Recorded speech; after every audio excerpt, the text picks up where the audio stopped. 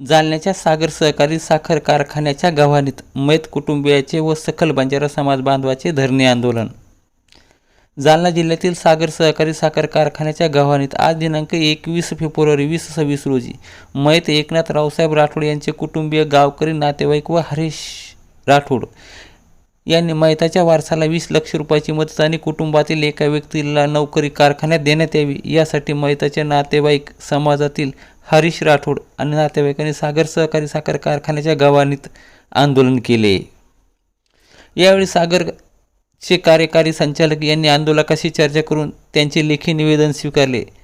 तर आंदोलक हे आपल्या मागण्या ठाम राहिल्याने कारखान्याचे सर्वेसर्वा माजी मंत्री राजेश टोपे यांच्याशी कार्यकारी संचालक यांनी बोलणे करून दिले।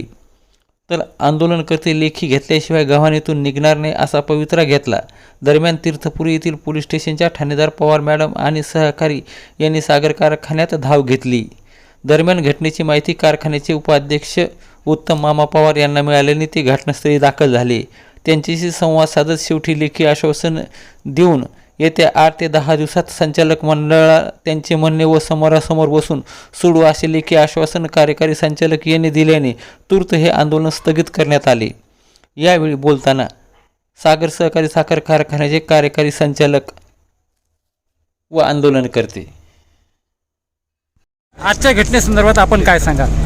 आजच्या या घटनेसंदर्भात या बंजारा समाजाच्या वतीनं जे काही या सागर सहकारी साखर कारखान्यासंदर्भात आंदोलन करण्यात आलं याबाबत मी आपणास कळू इच्छितो की सर्वप्रथम हा प्रकार आमच्यापर्यंत यापूर्वीही संबंधितांनी आम्हाला कळवलेलं नाही आहे, म्हणजे तिथं भेट नाही किंवा त्याबाबतची कुठलीही माहिती आमच्याकडे उपलब्ध नाही। संबंधितांनी हा प्रकार हा शासकीय कार्यालयात किंवा व्हॉट्सअपद्वारे वेगवेगळ्या ठिकाणी प्रसारित केला। संबंधित गव्हर्नमेंट ऑफिसला त्यांनी त्या ठिकाणी माहिती दिली, परंतु प्रशासनाच्या वतीनं किंवा प्रशासनासाठी कुठेही पुढे येऊन आमच्यासोबत याबद्दल चर्चा केली नसल्याकारणाने गैरसमजातून किंवा अनंतपणे हा प्रकार घडलेला आहे। राहिला प्रश्न दुसरा की याबाबतची आम्हाला जी काही प्रशासनाला व्हॉट्सअपद्वारे काही माहिती मिळाली वेगवेगळ्या माध्यमातून, तर आम्ही संबंधिताची या ठिकाणी चौकशी केली।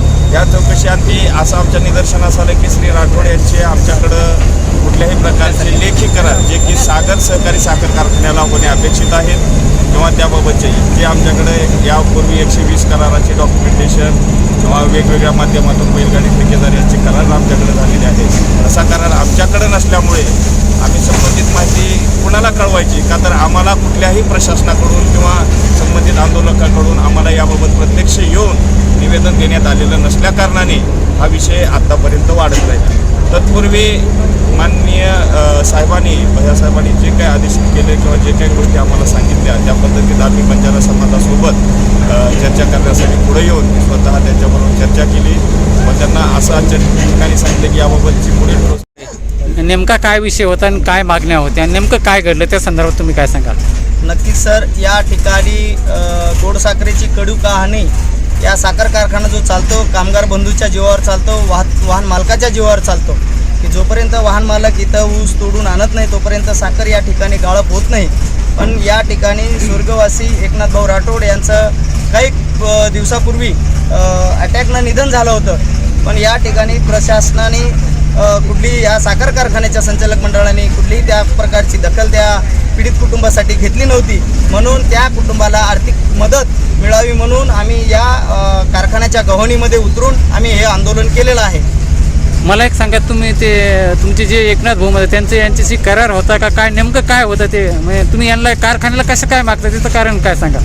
बरोबर सर, या ठिकाणी सहकारी साखर कारखाना या युनिट नंबर 2 यांच्या मार्फत जशी शिफारस समर्थ सहकारी साखर कारखान्याला केली जाते तेव्हाच या कारखान्याच्या आमचं आंदोलन चालू असताना त्यांच्या या ठिकाणचे कर्मचारी, कार्यकारी संचालक मंडळ, MD साहेब आणि संचालक मंडळाने आमच्या आंदोलनाची दखल घेऊन आमच्या काही 2 मागण्या होत्या। पीडित कुटुंबांना 20 लाख रुपयाची मदत मिळावी आणि त्या पीडित कुटुंबातल्या एका सदस्याला कारखान्यावर कर्मचारी म्हणून घेण्यात यावा, तर त्यांनी आम्हाला लेखी आश्वासनाद्वारे कळवलेलं आहे। त्यामुळं आम्ही या ठिकाणचं आंदोलन स्थगित केलेलं आहे आणि